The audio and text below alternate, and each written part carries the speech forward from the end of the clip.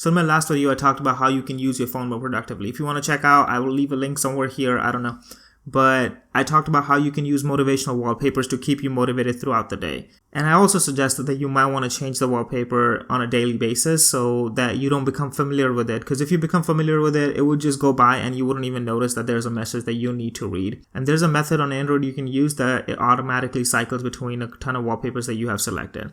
So for that to happen, you want to use an application called Muzei. I think that was a very long intro, but without further ado, let's get started. So Muzei is a simple application. It's a live wallpaper application that is amazing by itself, but today we're going to be modifying it to cycle between a ton of wallpapers that we have selected.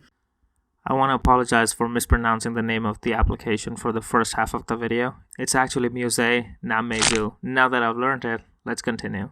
Once you open the Muzei Live Wallpaper app, you want to hit the settings icon to disable blur and dimming for home screen and lock screen under their specific sections. Now you can hit set wallpaper and set it for both your lock screen and home screen. Now that the wallpaper is set, you should be able to select source for your backgrounds by going to the source tab.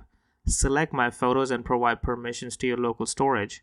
Now if you click on settings, you can select the images you want to cycle through. You can select as many images as you want, or you can just select a folder that contains all your images. The only thing that's left to do right now is to figure out how often do you want to change the background. You can click on the sync icon on the top right and select how often do you want to change the background. I think 24 hours is perfect for me. And then there are gestures. You can use 3-finger gestures to cycle through your backgrounds manually. But I don't know why I'm talking about it because the video title is how to do it automatically. Thank you for watching, everybody. If you're still watching, I really wanted to show you my own wallpapers or my own set of motivational wallpapers that I use to cycle between on my phone.